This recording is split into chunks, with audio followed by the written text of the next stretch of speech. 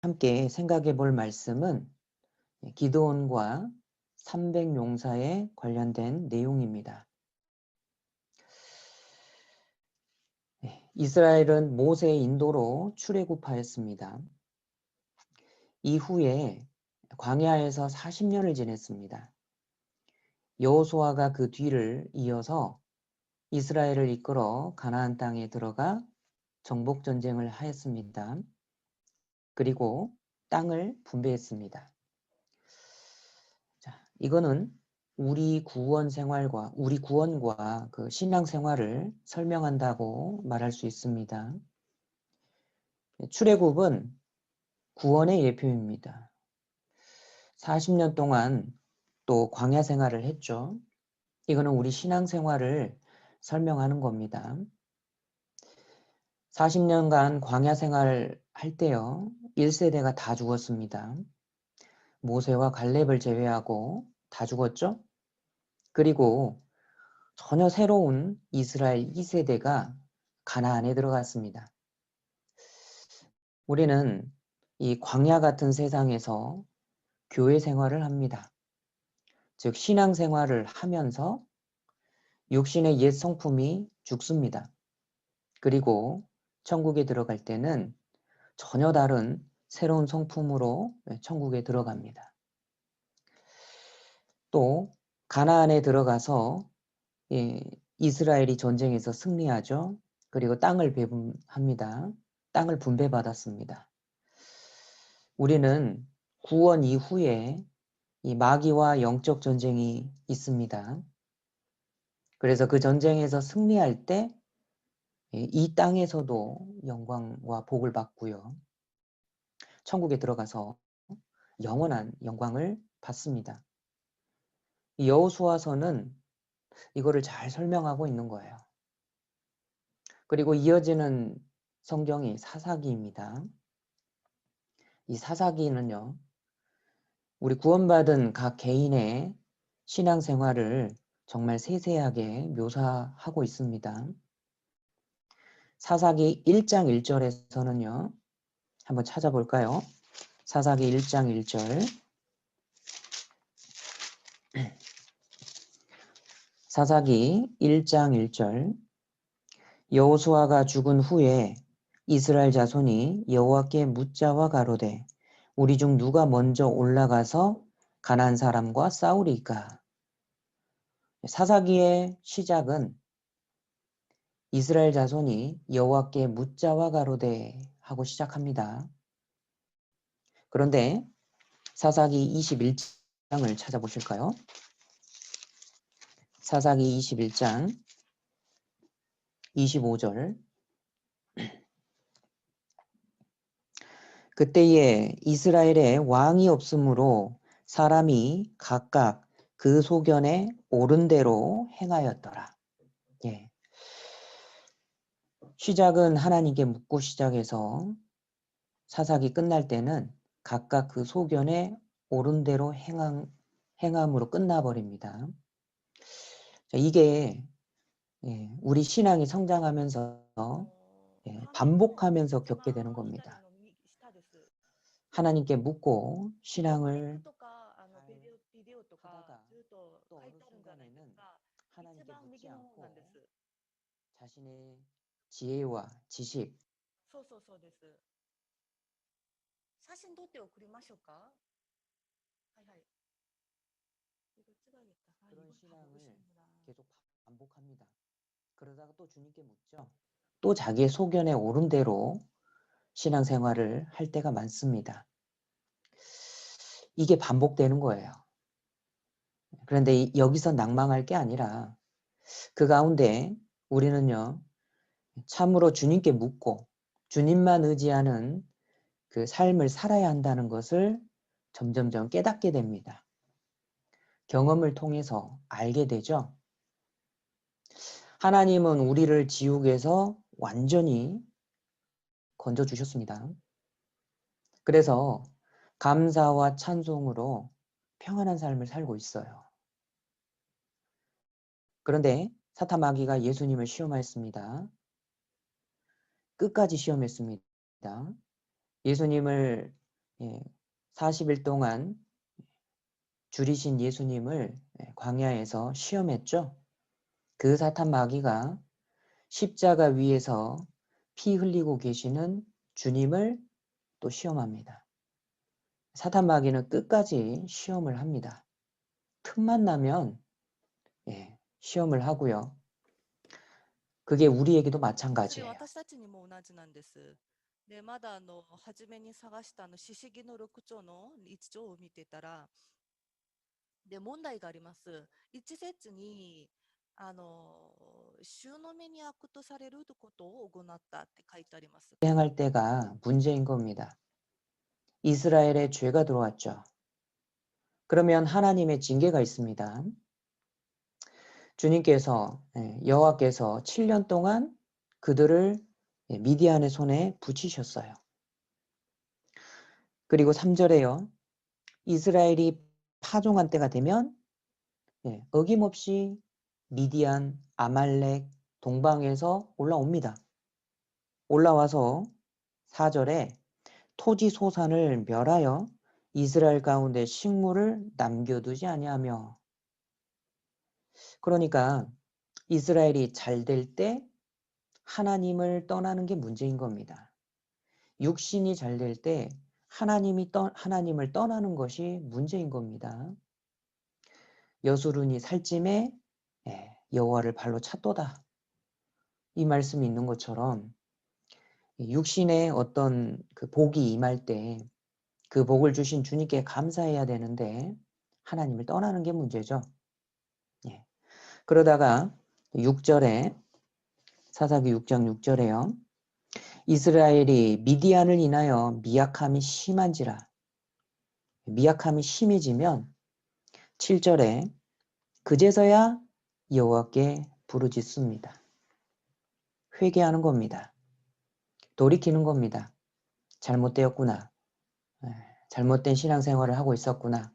다시 하나님께로 얼굴을 돌립니다.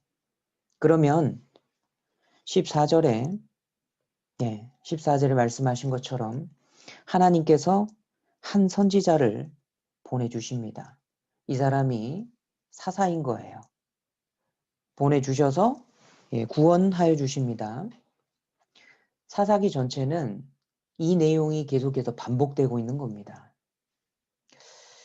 어찌 보면 내 신앙의 모습과 너무나도 똑같지 않습니까? 구원받고요. 처음에는 큰 기쁨과 감사로 살았습니다. 주님을 너무나도 사랑하고 주님을 위한 열심이 정말 특심했습니다. 그런데요, 마귀는 내가 구원받았다고 멀리 떠난 게 아니죠.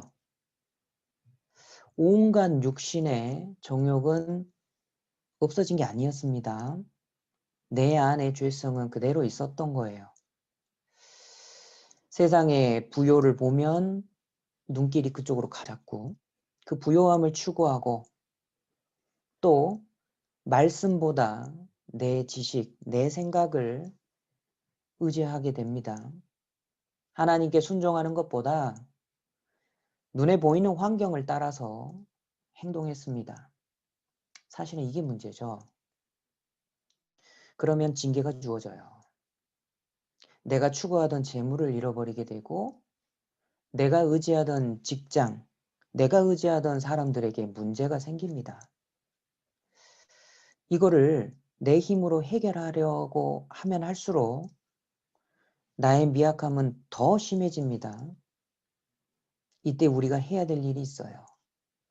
하나님께 부르짖는 겁니다. 다시 회개하고 주님께로 돌아와서 의지해야 됩니다. 그러면 하나님은요, 나를 다시 회복시켜 주시고 평강으로 인도하여 주십니다. 이때 우리 자세가 중요해요. 사사기 8장 4절처럼요. 아까 함께 읽었었죠? 비록 어렵지만 힘들지만 육신은 고난 가운데 있지만 피곤하지만 따르는 것이 필요합니다. 따르되 주님을 끝까지 따르시기 바랍니다. 주님의 뜻을 끝까지 붙잡는데 힘을 쓰시길 부탁드립니다. 예. 마귀의 괴계가 있습니다. 그 또한 끝까지 따라가서 멸해야 됩니다. 내 육신은 연약합니다. 그런데 연약하지만 하나님 앞에 서기 전까지 끝까지 올바른 신앙을 따라가는 것은 할 수 있습니다. 자, 그래서요, 오늘 기도원과 300용사를 통해서 강하고 담대하라 이런 제목으로 교제를 나누려고 합니다. 무엇이 진정으로 강한 것일까? 신앙생활을 어떻게 하는 게 정말 강한 것인가? 담대하라고 하셨는데 어떻게 할 때 담대할 수 있는가? 어떻게 주님을 따라갈 것인가? 진지하게 생각을 해봐야 됩니다.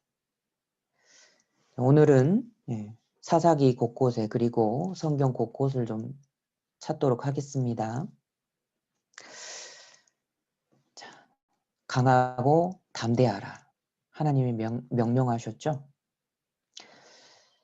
네, 기도는 연약했습니다.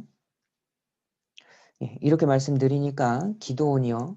저처럼 이렇게 좀 외모도 좀 작고 좀 삐쩍 마르고 힘이 없는 그런 기도원을 상상하시는데 그렇게 연약한 게 아니었어요. 사실상 기드온의 외적인 모습은 너무나도 강한 사람이었습니다. 사사기 6장 펴고 계시죠? 14절 봐보셔요. 여호와께서 그를 돌아보아 가라사대 너는 이 내 힘을 의지하고 가서 하나님이 말씀하십니다. 네 힘을 의지해라. 힘이 있다라는 겁니다. 미디안 손에서 이스라엘을 구원하라 말씀하시잖아요. 너 힘이 있으니까 네 힘으로 이스라엘을 구원하라 이렇게 말씀하시는 거예요. 그리고요 8장 18절을 봐보시죠. 사사기 8장 18절을 보시면요 18절에 이에 세바와 살문나에게 묻되 너희가 다볼에서 죽인 자들은 어떠한 자이더뇨? 물었습니다. 대답을 합니다. 그들이 너와 같아서 모두 왕자 같더라. 이 적들이요 이야기를 합니다. 우리가 몇몇 사람을 죽였는데 다 너와 같았다. 그런데 볼품없이 생긴 게 아니라 다 왕자 같더라. 19절도 보시죠. 가로되 그들은 내 형제 내 어머니의 아들이니라. 내가 여호와의 사심으로 맹세하노니 너희가 만일 그들을 살렸다면 나도 너희를 죽이지 아니하였으리라. 자, 내 형제들이었다 이 말이에요. 미디안이 원수인 겁니다. 내 형제들을 너희가 죽였다. 내가 너희를 왜 죽이는 줄 아느냐? 너희가 내 형제들을 죽였기 때문이다. 마음속에 원한이 있었던 거예요. 이 원한 때문에 힘을 키웠던 겁니다. 그리고요. 다시 사사기 6장을 가볼까요? 6장 12절. 하나님께서 말씀하십니다. 12절에 여호와의 사자가 기드온에게 나타나 이르되 큰 용사여. 큰 용사였던 겁니다. 그러니까 준비했어요. 원한이 있었고 준비하고 있었습니다. 어떻게든지 이 미디안에게 원수를 갚고 싶었습니다. 그래서 자기 능력을 갖추어 나갔던 게 틀림없습니다. 16절도 보시죠. 여호와께서 그에게 이르시되 내가 반드시 너와 함께하리니 네가 미디안 사람 치기를 한 사람을 치듯 하리라. 미디안을 이기는데 한 사람 치듯이 이긴다라는 거예요. 힘이 있었습니다. 기드온의 이 풍기는 외모는요. 남달랐을 겁니다. 덩치도 좋고 키도 크고 힘도 좋았음에 틀림없습니다. 기드온은 육신적으로 너무나도 강한 사람이었습니다. 그런데 여전히 약했어요. 왜 그럽니까? 외적인 능력은 뛰어남에도 불구하고 기드온은 여전히 약했습니다. 왜 그럴까요? 죽음에 대한 두려움이 있었기 때문입니다. 11절을 보시죠. 6장 11절. 여호와의 사자가 아비에셀 사람 요아스에게 속한 오브라에 이르러 상수리 나무 아래 앉으니라. 마침 요아스의 아들 기드온이 미디안 사람에게 알리지 아니하려 하여 밀을 포도주 틀에서 타작하더니. 자, 그러니까 이 이스라엘이 이 추수할 때가 되면은요, 항상 적들이 올라와서 다 파괴하고 뺏어가 버렸거든요. 그러니까 이 밀을 타작하는데 눈에 안 보이게 하기 위해서 포도주 틀에서 타작을 했습니다. 미디안 사람들에 대한 두려움이 있었습니다. 27절도 보시죠. 이에 기드온이 종 열을 데리고 여호와의 말씀하신 대로 행하되 아비의 가족과 그 성읍 사람들을 두려워하므로 이 일을 감히 백주에 행하지 못하고 밤에 행하니라. 이 성 사람들에 대한 두려움도 있었습니다. 아비의 가족과 그 성읍 사람들을 두려워하므로 감히 백주에 행하지 못했다라고 돼 있습니다. 자, 이 모습을 보고요, 우리는 에이, 기드온 쫄장부다 이렇게 생각하면 안 돼요. 우리 중 누구도 죽음 앞에 서보지 않으면요, 함부로 판단할 수가 없습니다. 그러니까 우리 주위에 있는 형제 자매님들을 볼 때도 마찬가지죠. 형제님이나 자매님이 왜 저렇게 행동할까? 신앙이 너무 연약하다. 마음이 너무 작다. 쫄장부다. 이렇게 생각하면 안 됩니다. 다른 사람의 입장에 우리가 서보지 않았잖아요. 자, 그리고요, 이 기드온은요, 겸손했습니다. 그게 하나님께서 기드온을 사용하신 이유입니다. 겸손하였습니다. 하나님은 겸손한 사람을 사용하십니다. 그런데요, 겸손한데 출신적인 배경을 너무 크게 생각했습니다. 자신을 이야기하는데 가장 작은 지파다 이렇게 이야기를 합니다. 15절을 보시죠. 6장 15절. 기드온이 그에게 대답하여 주여 내가 무엇으로 이스라엘을 구원하리이까? 보소서 나의 집은 므낫세 중에 극히 약하다고 말하죠. 나는 내 아비 집에서 제일 작은 자니이다. 가장 작은 자라고 자신을 낮춥니다. 겸손한 건 좋은데 겸손을 넘어서서 스스로를 너무 낮춰요. 자존감이 없었습니다.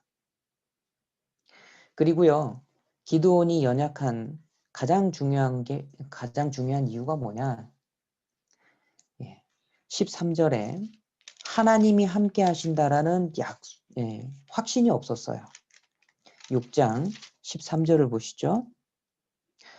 기드온이 그에게 대답하되 나의 주여 여호와께서 우리와 함께 계시면 어찌하여 이 모든 일이 우리에게 미쳤나이까? 또 우리 열조가 일찍 우리에게 이르기를 여호와께서 우리를 애굽에서 나오게 하신 것이 아니냐 한 그 모든 이적이 어디 있나이까? 이제 여호와께서 우리를 버리사 미디안의 손에 붙이셨나이다. 하나님이 함께 하신다라는 확신이 없었던 거예요.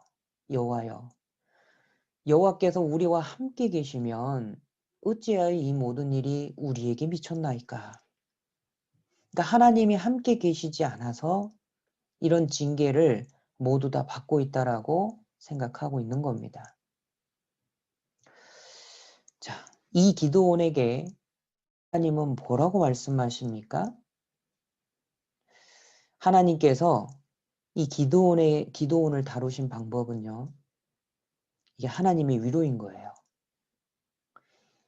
이 기드온을 다루신 방법이 하나님께서 사람을 세우시는 방법인 겁니다. 가장 첫 번째로 말씀하신 게 기드온이 죽음을 두려워했죠. 안 죽는다. 이거를 말씀하십니다. 이걸 경험하게 하셔요. 31절을 보셔요. 6장 31절. 자, 이제 기드온이 바알 제단을 다 부숴버렸습니다. 부수고요. 그 회파한 단을 불살라가지고 하나님께 제사를 드렸습니다. 그러니까요. 이제 성읍 사람들이 알게 되겠죠. 자, 그래서 기드온 끌어내라. 죽여야 된다. 이렇게 이야기를 하는 거예요. 그러니까 요아스, 기드온의 아버지인데요. 요아스가 이렇게 말합니다. 31절. 요아스가 자기를 둘러선 모든 자에게 이르되 너희가 바알을 위하여 쟁론하느냐? 너희가 바알을 구원하겠느냐? 그를 위하여 쟁론하는 자는 이 아침에 죽음을 당하리라. 바알이 과연 신일진데 그 단을 회파하였은즉 스스로 쟁론할 것이니라. 이렇게 기드온의 아버지가 지혜롭게 이야기를 합니다. 그래서 기드온의 목숨을 살려냅니다. 그러니까 기드온은요. 바알을 부숴버리고 회파하고 그걸로 하나님께 제사를 드리면 아주 큰 일이 벌어질 줄 알았습니다. 그래서 무서워서 밤에 했잖아요. 그런데 이 요아스가 지혜롭게 말을 한마디 해가지고 문제가 싹 풀려버리는 거예요. 예.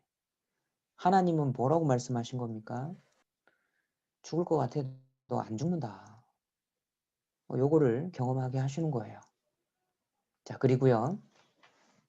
12절에 아까 읽으셨죠? 여호와의 사자가 기드온에게 나타나서 말씀하십니다. 큰 용사요. 그냥 용사라고 부르지 않았습니다. 기드온을 보고요. 너는 큰 용사다. 이렇게 위로를 해주시는 거예요. 그러니까 이게 그냥 붕 띄우는 게 아니죠. 하나님은 기드온 안에 잠재되어 있는 그 내력을, 안에 있는 그 큰 힘을 끌어내 주시는 거예요. 기드온이 들었습니다. 하나님께로부터 들은 거예요. 너는 큰 용사다. 야, 이 말을 들을 때 얼마나 힘이 되었을까요? 자존감이 회복되는 겁니다. 큰 용사. 이스라엘 구원할 수 있는 힘이 있구나. 그 마음이 회복되는 겁니다. 저도요, 예전에 직장에 있을 때 통역을 해야 되는 일이 있었습니다. 그런데 제가 전문적으로 이 부분을 훈련을 받은 게 아니었거든요. 그래서 잘 못했습니다. 그런데 못하면은 직장에서 잘리거든요. 근데 첫 번째, 두 번째 시도를 했는데 둘 다 여지없이 실패했습니다. 세 번째 실패하면 이제 짐 싸서 나가라 할 것 같아요. 고민했습니다. 진짜 깊이 생각했어요. 자, 그런데 한 가지가 퍼뜩 생각이 났습니다. 저를 가르치신 그 통역사님이 계시는데요. 그분이 제가 연습하는 거를 쭉 좀 들으시더니 한마디 하셨어요. 통역하겠는데? 그렇게 말씀을 하시는 겁니다. 그때는 그냥 기분이 좋았는데요. 막상 실전에 가니까 그 말씀, 저에게 한 그분의 말이 생각났습니다. 할 수 있을 것 같은데. 제가 용기를 얻었습니다.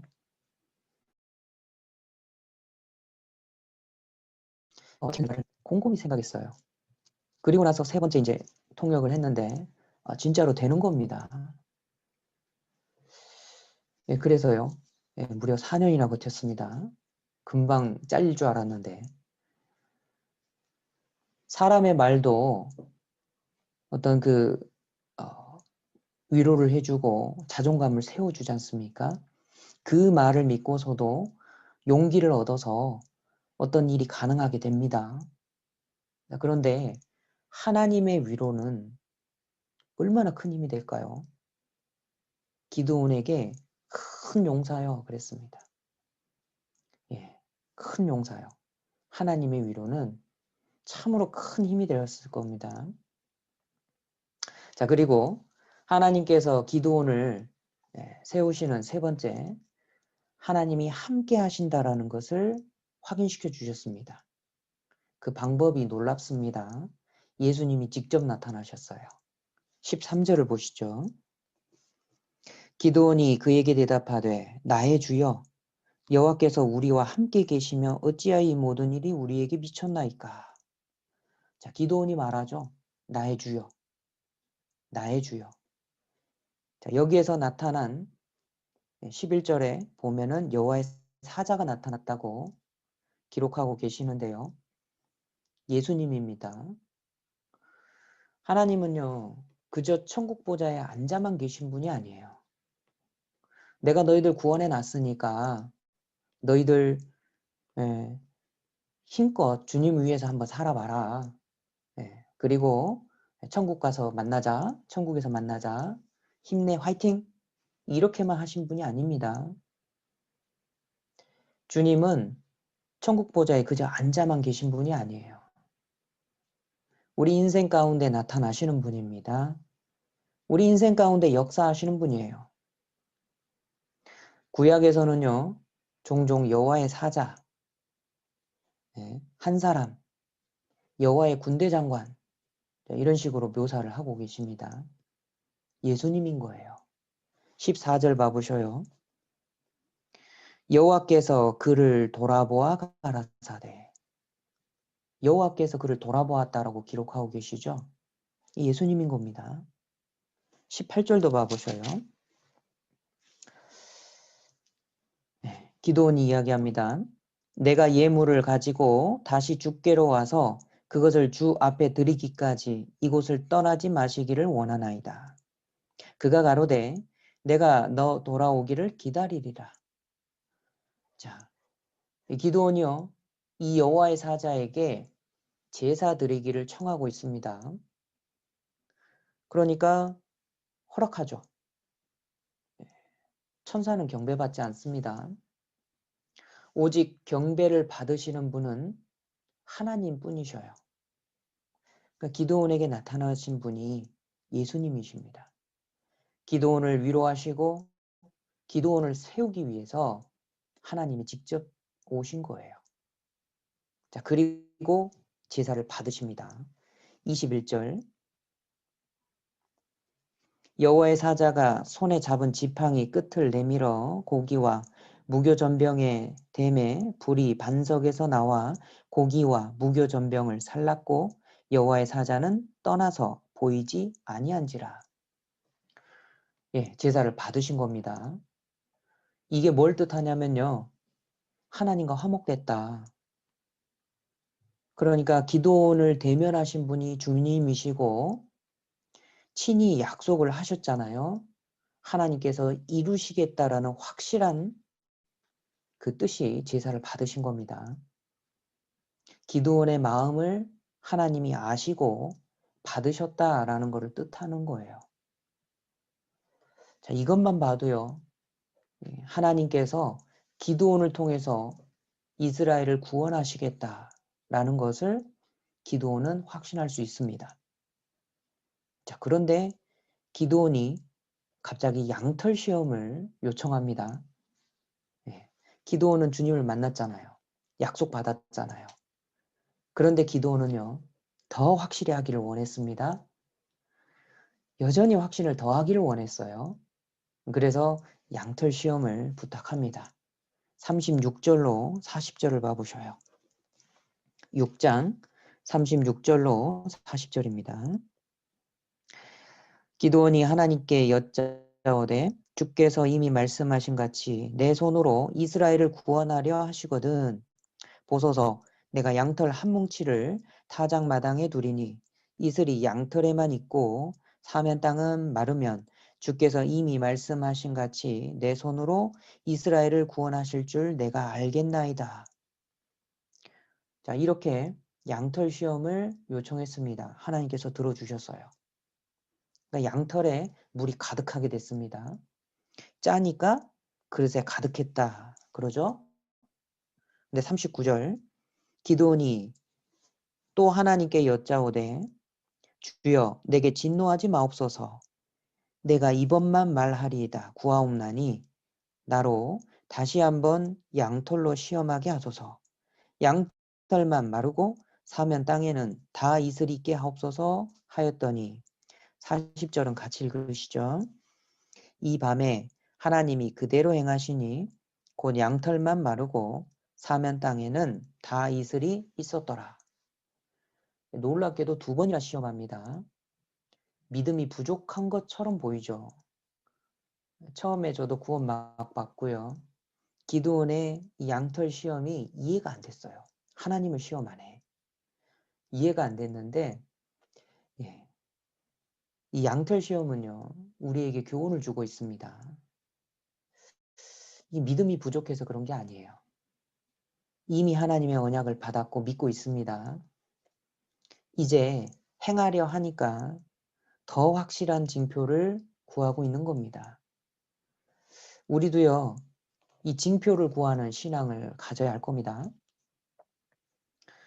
주님이 함께 하시는 동행하시는 거 이거를 확신하는 것보다 더 힘있게 신앙생활하는 방법이 없어요. 우리 힘으로 신앙생활을 할 수 없잖아요. 이 부활하신 주님이 내 안에 들어오셔서 주님 앞에 서기까지 함께 항상 함께 동행하시는데 그 주님을 우리가 생각하지 않으면 우리는 신앙생활을 전혀 할 수가 없습니다. 주님이 이 부활하신 주님이 나와 함께 하신다라는 것을 확신하는 사람은요. 신앙생활 힘있게 할 수 있습니다. 혹 넘어졌다 하더라도 주님께 도우심을 구하고 금방 다시 회복할 수 있는 거예요. 그러니까 주님이 함께 하시는 그 징표를 우리도 가져야 됩니다. 하나님은 양털 징표 시험을 통해서요. 기드온과 함께 하신 것을 증거해 주신 거예요. 이 양털 징표 시험을 2번이나 했는데 다 들어주셨죠. 기드온의 마음은 담대하게 되었습니다. 그런데요. 하나님의 은혜는 더해 주시는 겁니다. 더 주셔요. 우리가 생각한 거 그 이상으로 하나님의 은혜는 더 주시는 겁니다. 사사기 7장 9절을 보시죠. 사사기 7장 9절. 이 밤에 여호와께서 기드온에게 이르시되 일어나 내려가서 적진을 치라. 내가 그것을 네 손에 붙였느니라. 말씀하셨잖아요. 기드온은 이제 순종할 수 있습니다. 그런데 정말 이 전쟁이라는 게 두렵습니다. 기드온의 그 한켠에 남아있는 그 두려운 마음도 하나님은 다루길 원하셨습니다. 그래서 10절을 말씀하셔요. 만일 네가 내려가기를 두려워하거든 그 두려운 마음을 아신 거죠? 네 부하 부라를 데리고 그 진으로 내려가서 그들이 하는 말을 들으라. 그 후에 네 손이 강하여져서 능히 내려가서 그 진을 치리라. 기드온이 이에 그 부하 부라를 데리고 군대가 있는 진가에 내려간즉. 자, 거기서 무엇을 들었습니까? 네, 어떤 미디안 사람의 그 군인의 그 꿈을 들었죠. 꿈에 보리떡 한 덩이가 미디안 진에 굴러와가지고 진을 치니까요. 와르르 무너져 버립니다. 그러니까 그 꿈을 해몽해 주죠. 야, 이 떡, 이 보리떡, 이 기드온이다. 기드온이 반드시 이기게 한다. 기드온이 반드시 이긴다. 자기네들이 멸망할 거를, 질 거를 이렇게 해석하고 있는 거예요. 이 아곤한테서 들은 게 아니라 적진에 가서 들은 겁니다. 그러니까 기도는요, 얼마나 더 큰 확신이 생겼겠습니까? 하나님은 더 강하게 하시는 분이십니다. 우리가 하나님 앞에 순종하고 신앙생활을 확실하게 해야 되겠다.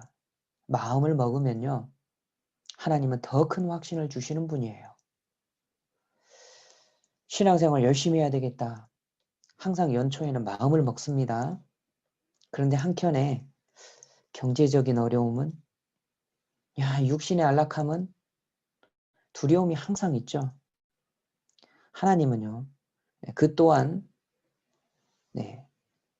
위로하시고 더 큰 확신을 주셔서 우리가 이제 맞이한 2021년도를 정말 강하고 담대하게 신앙생활을 할 수 있도록 더 큰 확신을 주시는 분입니다. 이어지는 말씀 가운데서 계속해서 그 확신을 찾으시길 부탁드립니다. 이 기도원의 모습은 우리의 모습을 설명하고 있습니다. 우리 모두 다 잠재되어 있는 능력이 있어요. 보니까요, 대부분이 다 타향살이를 하고 있습니다. 타국살이를 하고 있습니다. 다른 나라에서 생활을 하고 있습니다. 그죠? 근데 나와 보니까 타국에서 사는 게 이 보통 능력이 있어서는 이게 불가능하더라고요. 그래서 한 분 한 분 이렇게 곰곰이 생각을 해보면요. 다 능력이 있으셔요. 뛰어난 능력을 가지고 계십니다. 그런데 여전히 우리 마음 가운데 두려움도 가지고 있어요. 기드온이 두려워했던 것처럼 죽음에 대해서 두려워합니다.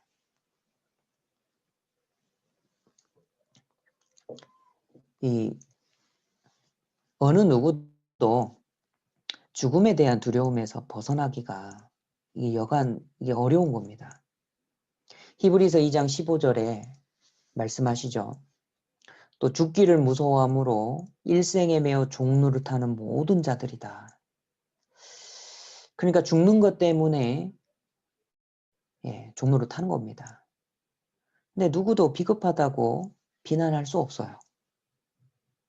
그게 바로 죽음인 겁니다. 죽음은 정말 경험해 보지 못한 새로운 두려움일 겁니다. 늘 두려움으로 존재하는 게 죽음일 겁니다. 그리고요, 또 출신에 대한 두려움이 있죠. 물론 우리 모두는요, 족보가 있는 명문 가문에 속하죠. 다 이렇게 우리 아버지의 할아버지의 그 선친에 이렇게 올라가면은요, 다 이게 명문 가문이에요. 압니다. 그런데 내가 작다는 것도 알아요. 특히 우리 어머니의 자매님들 스스로를 너무나도 작게 여기시는 경우가 있습니다. 사회에 나와 보니까 더 작다라는 걸 느끼죠. 결혼하고 아이 낳고 기르다 보니까 몇 년이 그냥 훌쩍 지나가 버렸어요. 그래서 다시 사회에 나와서 직장을 가져보려고 하니까요. 그 사회는 나를 직장과 단절된 여성이다. 이렇게 부르는 거예요. 엄마입니다. 내가 나를 보면 정말 작아 보이죠. 나에 대한 두려움이 늘 존재합니다. 그리고요, 신앙생활을 아무리 오래 했어도 정말 하나님이 함께 하신다라는 확신이 많이 부족해요. 처음에 말씀드린 두 가지, 죽음에 대한 두려움, 이 출신에 대한 두려움, 사실 이건 우리가 바꿀 수 없는 거죠. 누구나 다 죽고요. 내가 우리 집안에서 태어난 게 내 뜻대로 태어난 게 아니잖아요. 그러니까 이 두 가지는 우리가 바꿀 수 없습니다. 그런데 세 번째 말씀드린 하나님이 함께 하신다는 확신, 이것은요, 계속해서 바꿔갈 수 있는 거예요. 하나님이 함께 하시는 것을 더더욱 느끼고 깨닫고 알고 체험해 갈 수가 있습니다. 그러니까 우리가 강하고 담대할 수 있는 방법이 무엇입니까? 진정으로 강하고 담대할 수 있는 방법이 뭐예요? 우리 외적인 능력을 향상시키기 위해서 공부하잖아요. 직장도요, 우리 외적인 능력에 속합니다. 운동해가지고 건강을 이렇게 향상시키잖아요. 열심히 준비하는 거 필요합니다. 맞아요. 우리 외적인 능력도 갖춰 나가는 거 필요합니다. 그런데 무엇보다도 하나님과 함께 동행하는 게 반드시 필요합니다. 하나님과 동행하는 그리스도인이 자존감이 높은 사람이 되는 거예요. 하나님은 함께 하심으로 그리스도인을 계속해서 성장시키십니다. 기드온은 외모는 강했지만, 외적인 건 강했지만 모든 면에 있어서 연약했어요. 그런데 기드온을 들어서 전쟁을 하시기 위해서 기드온을 성장시키셨습니다. 성장하는 것을 멈춰서는 안 돼요. 특히 우리 어머니의 자매님들께서는요, 이 형제님들 이렇게 가정에서 이렇게 서포트 해주시죠. 자녀들 뒷바라지 하시잖아요. 그렇다고 해서 성장하는 것을 멈춰서는 안 됩니다. 너무 중요한 거라 제가 다시 한번 강조해서 말씀드리겠습니다. 결코 신앙의 성장을 멈추지 마셔요. 계속 성장해야 됩니다. 하나님께서는 이 그리스도인들을 성장시키시기 위해서 몇 가지 적절한 도구들을 사용하십니다. 첫 번째가 고난이에요. 고난을 통해서 성장하게 돼 있습니다. 사사기 6장 1절에 이스라엘이 악을 행하였기 때문에 미디안 손에 붙이셨잖아요. 이스라엘 고난은 죄로 인한 징계의 목적이었습니다. 8절에 이스라엘이 회개하면 선지자를 보내시고, 선지자를 보내셔서 회개하게 하시고, 회개하면 구원자를 보내시잖아요. 그러니까 이 고난을 겪는 사람들은 마음이 성장합니다. 사사기에 하나님 앞에 죄를 범하였지만, 하나님을 떠났지만, 이 사사가 구원하고 나서 그 세대에는 하나님을 버리지 않았어요. 고난을 받는 사람이 신앙이 성장하고 하나님 앞에 온전한 신앙을 갖게 되는 겁니다. 고난은요, 순종을 배우게 해요.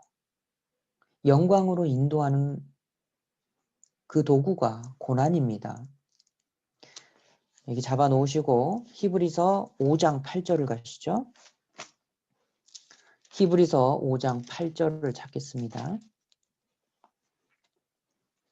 히브리서 5장 8절.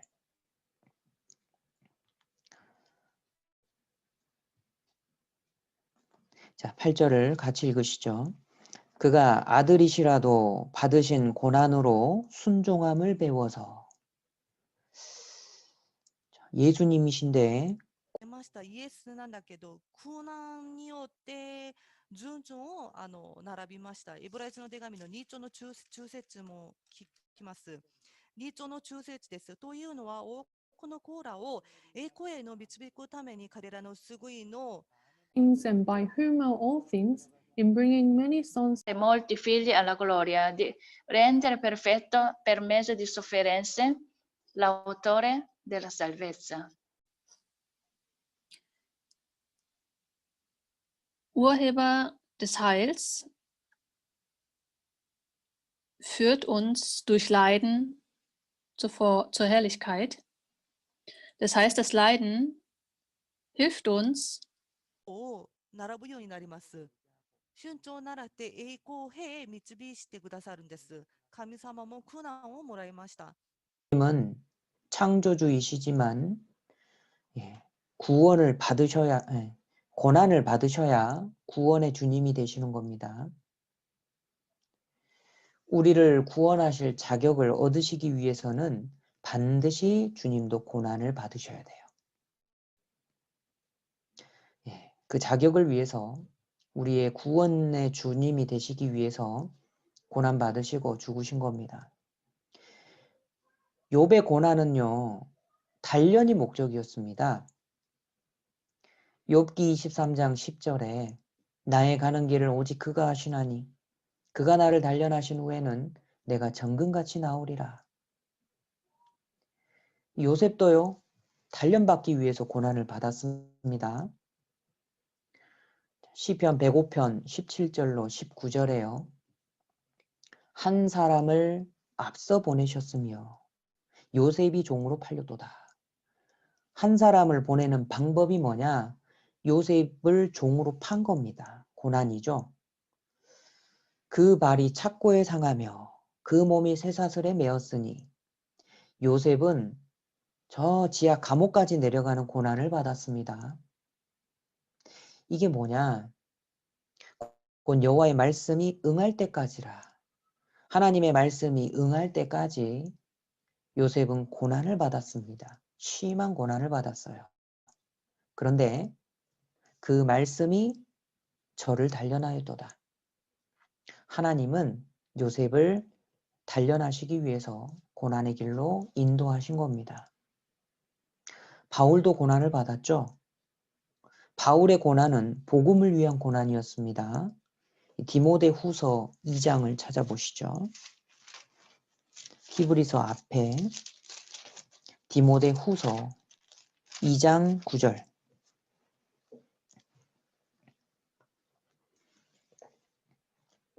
디모데 후서 2장 9절. 찾으셨습니까? 手紙の2章の9節一緒に読んでみます。この福音のために私は苦しみを決意に犯罪人のように鎖につながれています。しかし神の言葉はつながれていません。福音のためにパウルは罪人みたいに犯罪人のように鎖につながれて、パウルの苦難は福音を伝える目的がありました。私の中で苦難を 별로 없습니다. 거의 없을 거예요. 육신이 싫어해요. 고난 좋아하는 사람이 어디 있습니까? 그런데 고난은 유익한 겁니다. 이스라엘 역사는 고난의 역사였습니다.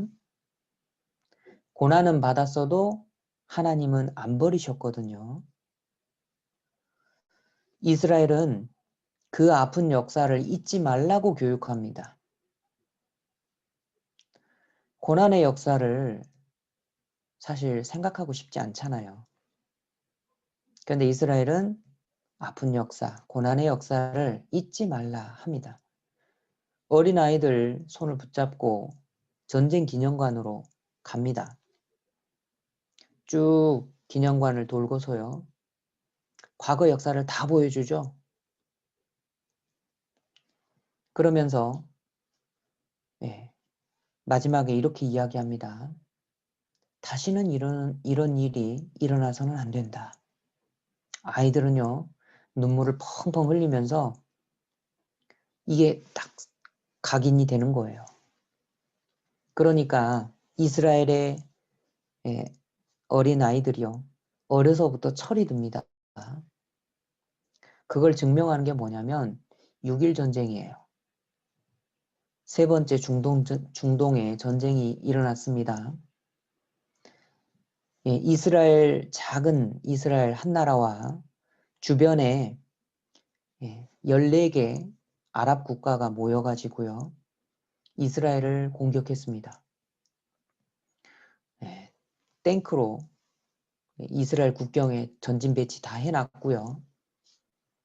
이제 이집트 나세르 대통령이 자, 공격하고 한마디 말만 하면 모든 전투기도 공격하고 탱크도 밀고 들어와가지고 이스라엘 저 지중해 바다로 쓸어 넣어버리려 했어요.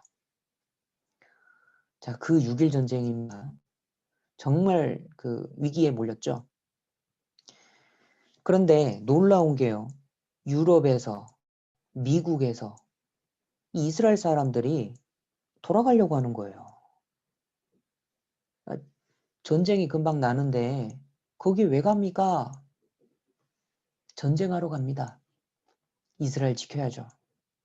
우리가 나라가 없어서 그렇게 멸시와 천대를 받고 가는 곳마다 죽임을 당했는데 어떻게 세운 나라인데 이 나라를 빼앗기면 안 되잖아요. 전쟁하러 갑니다. 이 비행기표가 매진됐습니다. 참전하겠다라는 거예요. 현재 이스라엘이 세계에서 정말 가장 뛰어난 민족으로 평가받고 있죠. 바로 이러한 교육이 있었고 이 고난을 알기 때문에 그렇습니다. 그래서요. 젊었을 때 고생은 사서 하죠. 돈을 주고 사서라도 이 고생을 하려고 합니다. 요즘에는 자녀가 1명입니다. 많아야 2명이죠. 그래서 금덩어리를 다루듯이 자녀를 그렇게 키웁니다. 귀한 자녀를 귀하게 키우는 거 잘못된 게 아니죠. 그렇다면은요. 정말 귀하게 키우고 싶으시다면 어려서부터 고생하게 하십시오. 생각해 보셔요. 자신이 어렸을 때 겪었던 그 고생 한번 이렇게 떠올려 보시면 다 생각나시죠? 얼마나 고생했습니까? 예. 다른 집안에 다 있는 돈, 우리 집안만 없고, 그렇죠? 예. 항상 그런 가운데 지금의 내가 있는 거 아닙니까? 근데 지금 자녀들을 어떻게 키우고 계십니까? 내가 어렸을 때 겪었던 그 고생과 비교를 해보면 아이들은요, 사실 배워야 될 것을 배우고 있지 못하는 겁니다. 물론 귀한 자녀를 귀하게 키우는 거 잘못된 게 아닙니다. 그렇다면 어려서부터 고생하게 하셔요. 억지로 고생하게 하는 거 좀 그렇죠. 그런데요, 최소한은 자기 일은 자기가 스스로 결정하고 그리고 자기 행동에 대한 책임은 스스로 질 수 있도록 그렇게 가르쳐야 될 겁니다. 하나부터 10까지 부모가 다 해주고 또 자녀가 잘못한 것을 부모가 다 해결해 주는 거 이게 과연 사랑일까요? 망치는 길일 겁니다. 아이들은 어렸을 때부터 마땅히 배워야 되는 게 있어요. 그리고요. 그리스도인인 나도 나의 삶도 고난의 길을 택했으면 좋겠습니다. 이 죄악된 세상에서 홀로 거룩한 거 있죠. 고난의 길입니다. 구원 안 받은 가족 섬기잖아요. 전도하기 위해서 노력하잖아요. 고난의 길입니다. 복음을 위해서 내가 손해보는 거 있죠. 그 주님을 위한 고난의 길입니다. 그 고난이 우리의 영광을 가져다 줍니다. 자, 그리고 고난으로 성장시키시고요.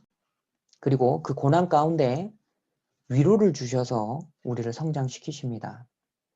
그런데 위로라고 하니까요, 좀 잘못 생각하시는 분들이 있어요. 자, 위로 그러면 여러분 주위에 있는 사람들 위로 어떻게 하셔요? 어깨 토닥토닥 해주면서요. 아유, 그래, 그럴 수 있지. 아유, 힘내요. 예. 제가 옆에서 응원해 드릴게요. 자, 이렇게 위로를 하지 않습니까? 아니면 같은 편을 들어준다든지. 아유, 나라도 그랬겠다. 얼마나 마음이 아팠어요. 아유, 힘내세요. 아유, 내가 그런 상황이었다 하더라도 나라도 그랬겠다. 자, 물론 그런 위로가 예, 나쁜 게 아닙니다. 필요합니다. 그런데 하나님의 위로는요, 그 응석바지의 그 위로가 아닌 겁니다. 잡아놓으셨던 사사기 6장으로 다시 돌아가시죠. 사사기 6장 14절입니다.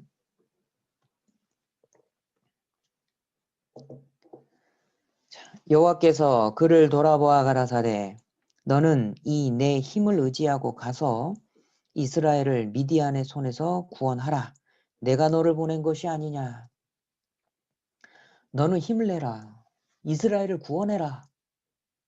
그리고 내가 너를 보냈다. 이게 하나님의 위로인 겁니다. 12절에요. 여호와의 사자가 기드온에게 나타났습니다. 큰 용사여, 여호와께서 너와 함께 계시도다. 이렇게 말씀하시잖아요. 하나님의 위로가 뭡니까? 주저앉아 있지 말아라. 너는 큰 용사다.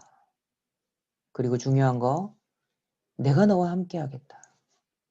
이게 하나님의 위로인 겁니다. 우리 그리스도인들은 위로를 원하잖아요. 하나님의 위로 받는 게 얼마나 좋습니까?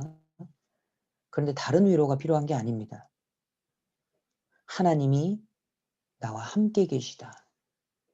이게 우리에게 힘을 주고요. 위로가 되는 겁니다.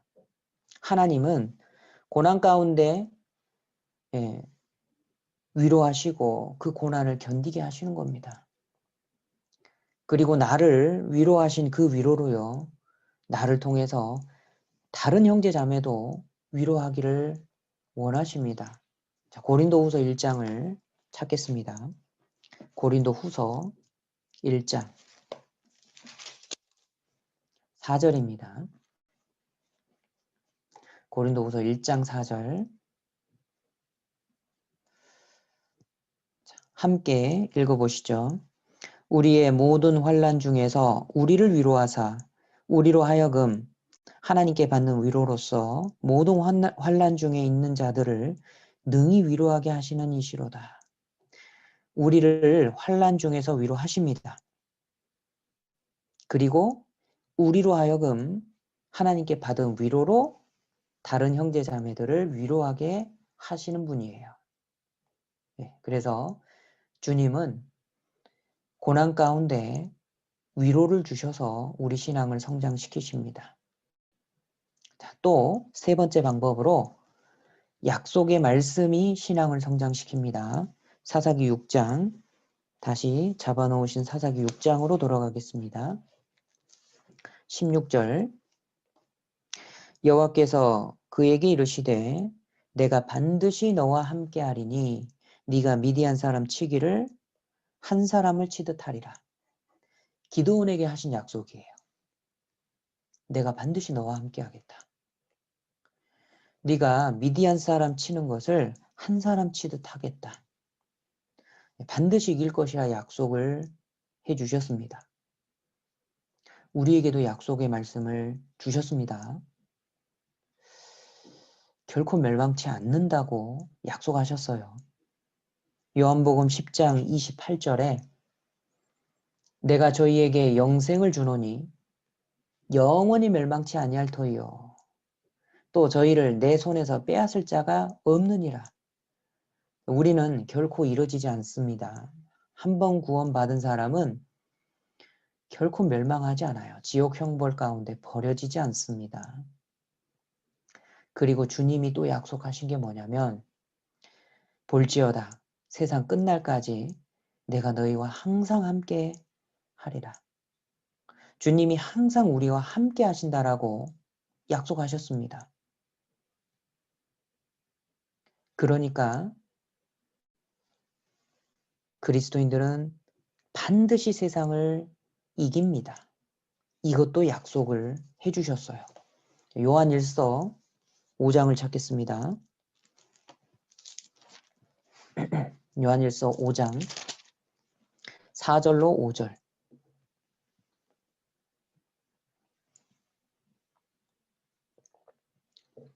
요한일서 5장 4절 5절. 함께 읽어보시죠. 대저 하나님께로서 난 자마다 세상을 이기느니라.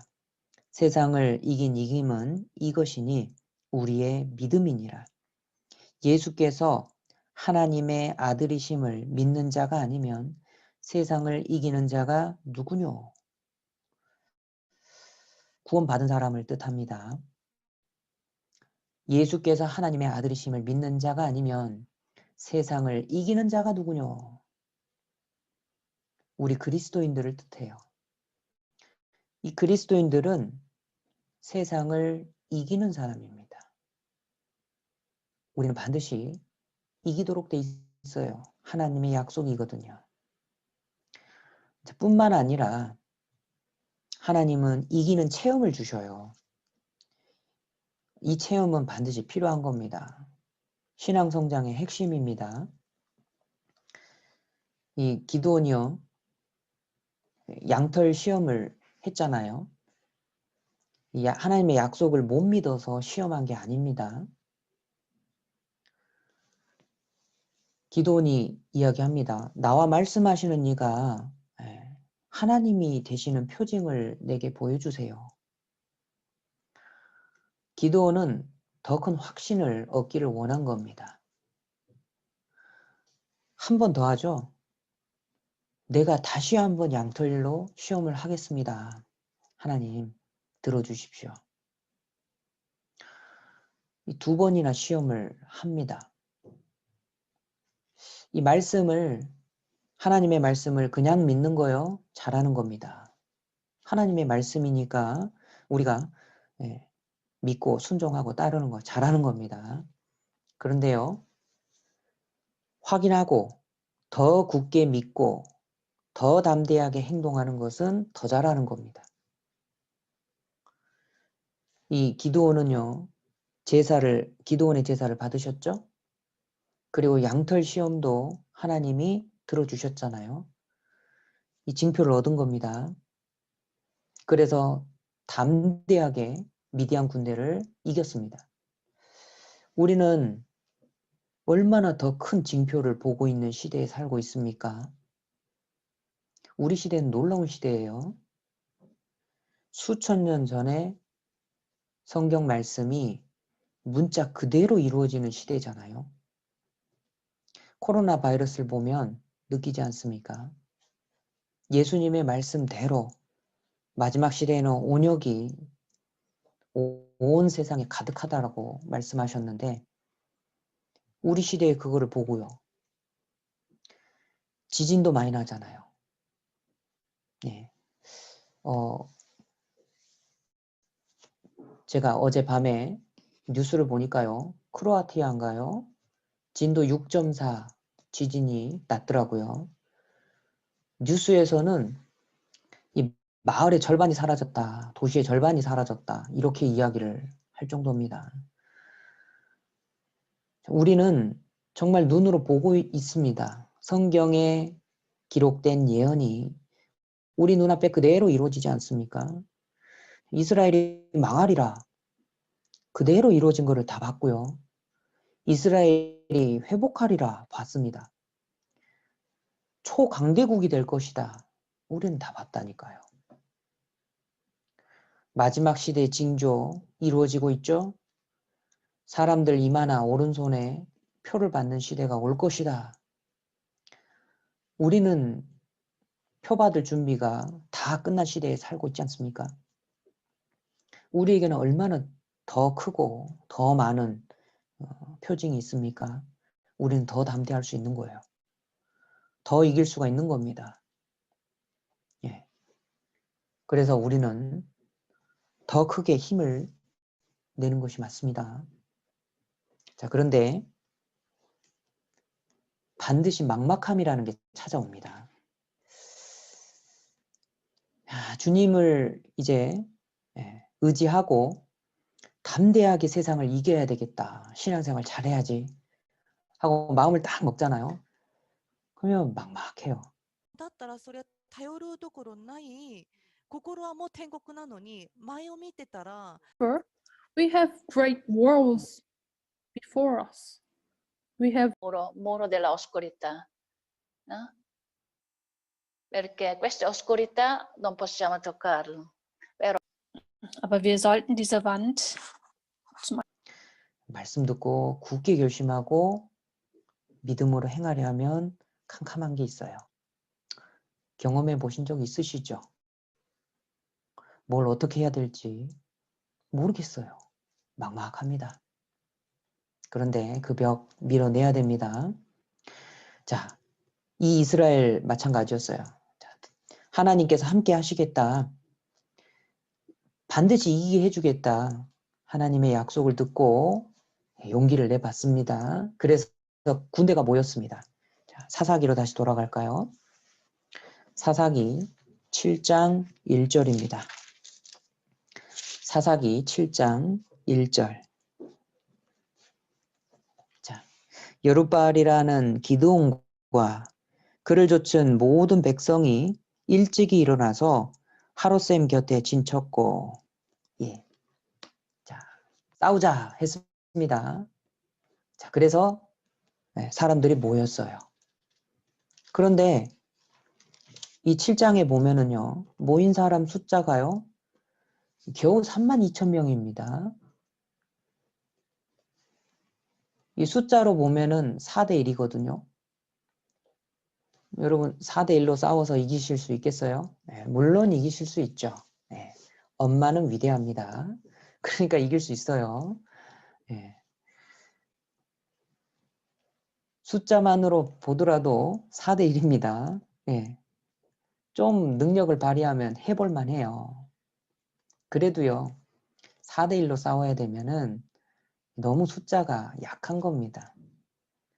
그러니까 첫 번째 막막함의 벽이 다가온 거예요.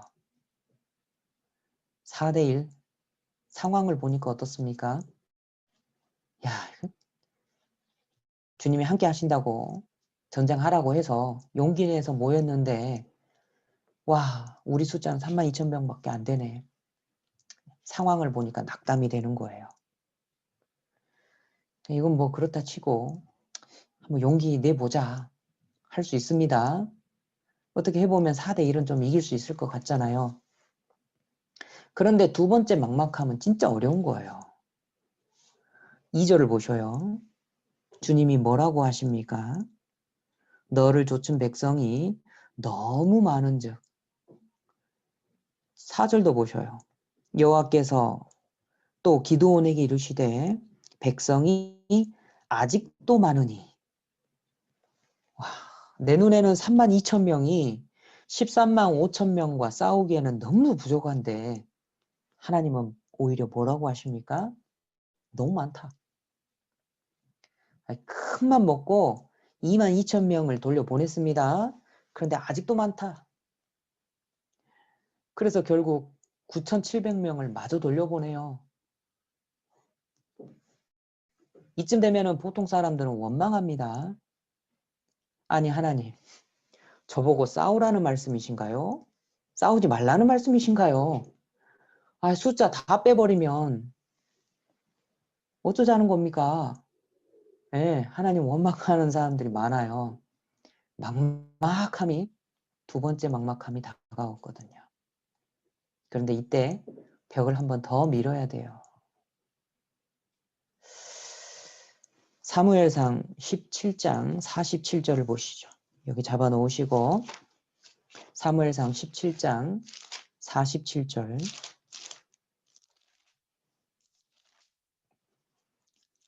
사무엘상 17장 47절입니다. 함께 읽으시죠. 또 여호와의 구원하심이 칼과 창에 있지 아니함을 이 무리로 알게 하리라. 전쟁은 여호와께 속한 것인즉 그가 너희를 우리 손에 붙이시리라. 예, 우리는 하나님을 의지하고 두 번째 막막함의 벽도 밀어내야 돼요. 그래, 하나님의 구원하심은 칼과 창에 있지 않지. 전쟁은 하나님께 속해 있다. 자, 이 믿음으로 두 번째 막막함을 밀어내면은요, 이제 빛과 같은 하나님의 약속을 다시 듣습니다.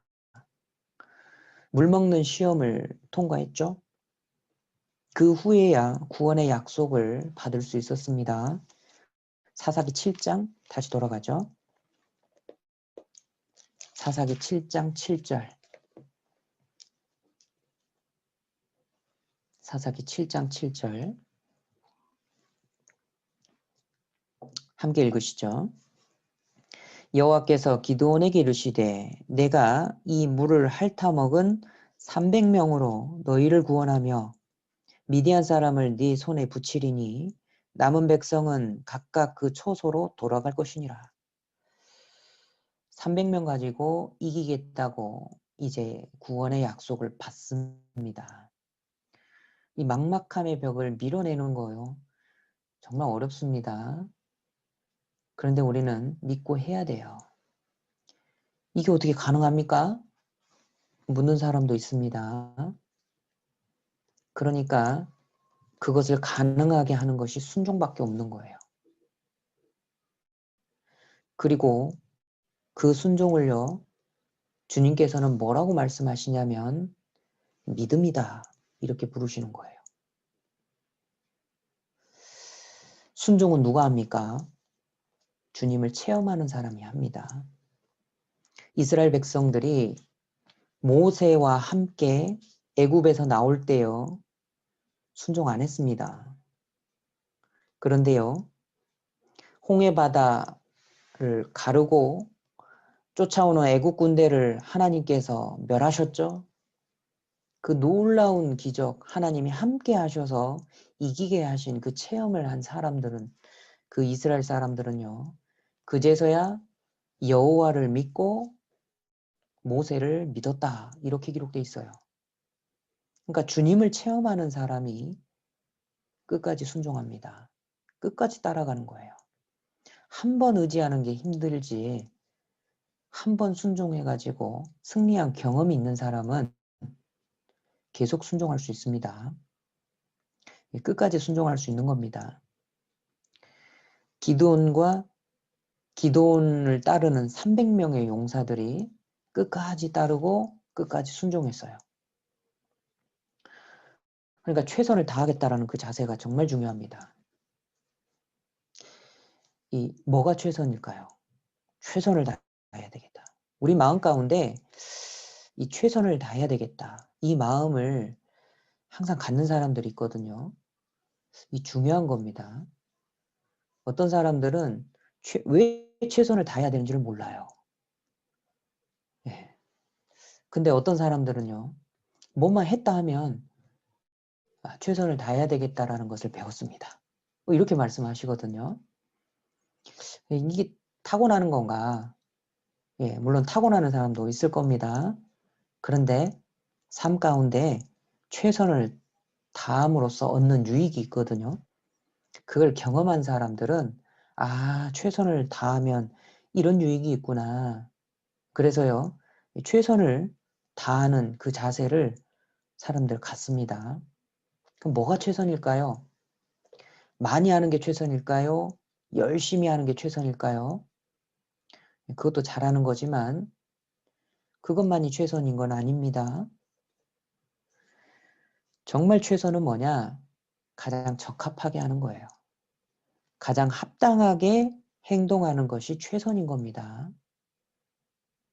이 용사를 선발했잖아요. 300명. 약간 좀 특이합니다. 이 용사 선발을 함에 있어서 특이한 것들을 좀 생각해 보죠. 첫 번째 생각해야 될 거는요. 전쟁은 숫자에 있지 않다. 여호와 편에 있다. 바로 이겁니다. 7장 12절, 사사기 7장 12절에 기드온과 부라가 내려가서 적진을 받습니다. 그랬더니 12절, 미디안 사람과 아말렉 사람과 동방의 모든 사람이 골짜기에 누웠는데 그의 중담 같고 그 약대의 무수함이 해변의 모래가 수담 같은지라. 어마어마하게 많은 숫자가 잠을 자고 있는 거예요. 사람 보기에는요, 메뚜기의 중담 같이 많은 숫자인 겁니다. 네, 22절을 보십시오. 300명이 나팔을 불 때에 여호와께서 그 온 적군으로 동무끼리 칼날로 치게 하심으로 적군이 도망했다. 사람 보기에는 정말 많은 숫자인데 하나님 보시기에는 그저 조금 많은 숫자의 사람일 뿐이에요. 그러니까 요나단이요, 이런 간증을 합니다. 사무엘상 14장 6절에 여호와의 구원은 사람의 많고 적음에 달리지 아니하였느니라. 하나님이 우리를 위하여 일하실까 한다. 하나님이 개입하시면 하나님의 구원은 숫자가 중요한 게 아닙니다. 이스라엘이 독립한 후에 4차례 중동전쟁을 치렀습니다. 세상 사람들은요, 모두 다 이스라엘이 이제 망했다라고 말했어요. 왜죠? 숫자를 봤거든요. 숫자의 차이가 너무 나는 겁니다. 군인들의 숫자 차이가 너무 나요. 탱크의 숫자도 아랍이 압도적입니다. 전투 비행기의 숫자 차이는 얼마나 큽니까? 그런데 6.1 전쟁, 3차 중동 전쟁은요, 6일 만에 끝나버렸어요. 이 전쟁은요, 숫자가 중요한 게 아니다라는 것을 보여준 겁니다. 온 나라국이 다 모여서 이 조그마한 이스라엘을 완전히 포위했는데 다 덤벼도 6일 만에 항복했습니다. 왜냐하면 이스라엘은 비밀 무기가 있었거든요. 궁금하시죠? 비밀 무기. 바로 하나님이십니다. 하나님이 이스라엘의 비밀 무기였던 거예요. 핵미사일보다 훨씬 강합니다. 이 핵미사일 있죠? 핵미사일. 핵미사일을 쏘려면요, 열쇠를 하나 꼽고 2개를 꼽아서 같이 돌려야 됩니다. 그러니까 2개의 열쇠가 있어야 핵미사일은 쏠 수가 있어요. 그러니까 그 열쇠가 하나는 하나님 편에 있고요. 나머지 하나는 내 편에 있는 겁니다. 그러니까 전쟁은 내 편에도 있는 거예요. 하나님은 제한하시거든요. 하나님은 제한하시는 하나님이십니다. 구원이 정말 값지죠. 누구에게나 다 주신 복음입니다. 이거를 오픈 시크릿이라고 하죠. 누구에게나 주십니다. 그렇다고 아무에게나 주시지는 않아요. 하나님은 믿는 사람에게 주십니다. 이 하나님은요, 제한하시는 하나님이셔요. 하나님의 은혜와 사랑이 정말 크고 귀하죠. 공짜로 주시지만 공짜지만 싸구려는 아니에요. 만일 나에게 합당치 못한 부분이 있다면요, 하나님은 그만큼 정확히 제하여 버리십니다. 첫 번째, 걱정과 두려움을 걷어내셨어요. 사사기 7장 3절을 보셔요. 사사기 7장 3절. 이제 너는 백성의 귀에 고하여 이르기를 누구든지 두려워서 떠는 자여든 길라산에서 떠나 돌아가라. 자, 두려워서 떠는 사람이 있느냐? 돌아가라 이거예요. 전쟁을 한다고 하니까 어떻게든 용기를 내서 사람들이 모였습니다. 그런데 3분의 2 이상이 두려워하고 있는 거예요. 예, 밖에 있는 덩치 큰 적보다 더 무서운 적이 이 내부에 있는 두려움이란 적입니다. 두려움은요, 눈에 보이지 않는 독가스예요. 순식간에 퍼집니다. 마비시켜버려요. 두려움에 떠는 사람들이 함께 전쟁을 하면 전쟁에서 반드시 집니다. 우리는요, 내가 이런 사람이 아닌가 신중하게 돌아봐야 돼요. 아이고, 저는 무서워서 벌벌 떨지 않아요. 네, 저는 담대합니다. 저는 벌벌 떨지 않습니다. 예, 이렇게 말씀하시는 분들도 있습니다. 그런데요, 두려움이라는 것은요, 반드시 벌벌 떠는 모습으로만 나타나는 게 아니에요. 누군가는 자신의 두려움을 감추려고 교회에서 하는 그 주님 일에 항상 부정적인 이야기를 반복해서 하는 경우가 있습니다. 그 자기 안에 두려움이 있거든요. 그러니까 교회 일에 부정적인 이야기를 반복하는 거예요. 또 누군가는요, 자기의 그 두려운 마음을 감추려고 교회를 판단하고 형제 자매들과 싸우는 사람도 있습니다. 그리고요, 또 누군가는 이 합당해 보이는 여러 가지 이유를 찾아냅니다. 자기 불순종하는 것을 변명하는 거예요. 다 두려움 때문에 이런 현상들이 나오는 겁니다. 하나님은 두려워 떠는 사람들 다 걷어내셨어요. 자, 그리고 자기도 모르는 안일함이 있을 수 있습니다. 하나님은 그것도 걷어내셔요. 7장, 사사기 7장 4절로 6절. 자, 기드온에게 말씀하시죠. 백성이 아직도 많다. 그러니까 물가로 내려가라. 그래서 물 마시는 시험을 했습니다. 300명은요, 물을 움켜가지고 이렇게 물을 핥아서 먹었습니다. 자세를 꼿꼿이 하고요. 물을 이렇게 움켜서 핥아서 먹었습니다. 근데 나머지는요, 다 무릎을 꿇고 마신 거예요. 무릎을 꿇고 얼굴을 물에 딱 대고 그렇게 마신 겁니다. 자, 두려워 떠는 사람 가라. 그러니까 떠는 사람들 모두 돌아갔습니다. 그러면 남아있는 10,000명은요, 죽음을 각오했거든요. 그런데 하나님은 아직도 많다고 하시잖아요. 죽을 각오로 전쟁에 임하는 거 잘하는 겁니다. 그런데 자기도 모르는 안일함이 숨어 있는 거예요. 여기 모인 10,000명의 군사 10,000명 있죠? 다 갈증을 느낍니다. 저도 1시간 45분이나 있다 보니까 갈증이 느껴져요. 그래서 물을 먹고 싶잖아요. 물 마셔라 허락한 겁니다. 근데 어떤 사람들은 너무 목이 마른 거예요. 그러니까 앞뒤 보지 않고 막 달려가서 물을 물속에다가 푹 잠그고요. 자신의 시원함을 원 없이 채웁니다. 시원하다. 역시 길리앗 시냇물이 물맛이 최고야.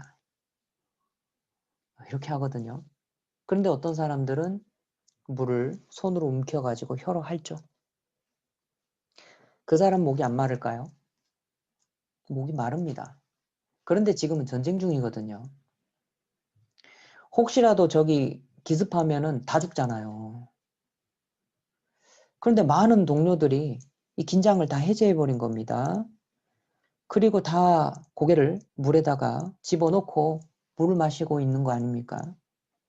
만약에 자신마저 긴장을 늦추면 공격받으면 다 죽어요. 알려줄 사람이 없는 겁니다. 그래서 자기 자신은 간신히 목만 축이고요. 경계를 계속하는 겁니다. 이 숫자가 겨우 300명이에요. 그런데 하나님은 이 300명을 사용하신 겁니다. 하나님은 구별하시는 하나님이에요. 하나님은 시험하시는 하나님이십니다.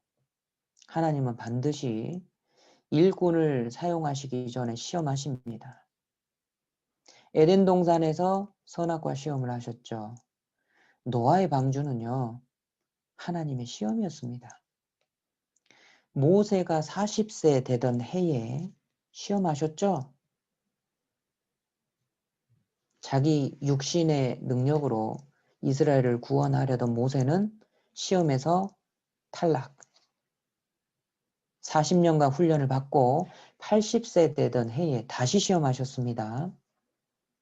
겸손해진, 낮아진 모세가 이제 하나님께서 함께 하셔서 귀하게 사용하셨죠. 요셉은요, 눈물 나는 시험을 통과한 후에 애굽 총리로 귀하게 쓰임받았습니다. 다니엘도요, 왕의 진미 식사라는 시험을 받았어요. 우상에게 절해라 이 시험도 받았고 하나님께 기도하지 말라 이 시험도 받았던 거예요. 놀라지 마셔요. 예수님도 성령께 이끌려 마귀에게 시험을 받았습니다. 결국 십자가 시험도 이기시고 구세주가 되셨잖아요. 제자들 있죠. 예수님 제자들. 얼마나 많은 시험들을 통과했습니까? 지금도 하나님 시험은 어떤 형태로든지 우리에게 주어지는 거예요. 그 시험 통과한 사람이 귀하게 쓰임받습니다. 하나님의 시험을 통과한 300명의 용사들, 이들의 순종, 그 믿음, 성경에 기록되어 있습니다. 지금도 말해지고 있어요. 그 영광이 계속 빛나고 있습니다. 교회 안에서도 마찬가지죠. 뭐든지 자기가 원하는 대로 다 해버리는 사람들이 있습니다. 반면에 교회의 질서와 평강을 위해서 스스로 자제하는 사람들이 있어요. 하나님과 성도들 사이에서 원만한 관계를 위해서 마땅히 누릴 수 있는 자기 권리를 포기하는 사람들이 있습니다. 그 숫자 너무나도 작아요. 너무나도 적어서 눈에 잘 띄지 않습니다. 그런데 하나님은 다 아셔요. 하나님은 이 적은 숫자를 따로 구별하셔서 귀하게 사용하십니다. 복음이 전해지는 곳에는요, 계속적으로 회자돼요. 내가 누구 덕분에 구원받았다.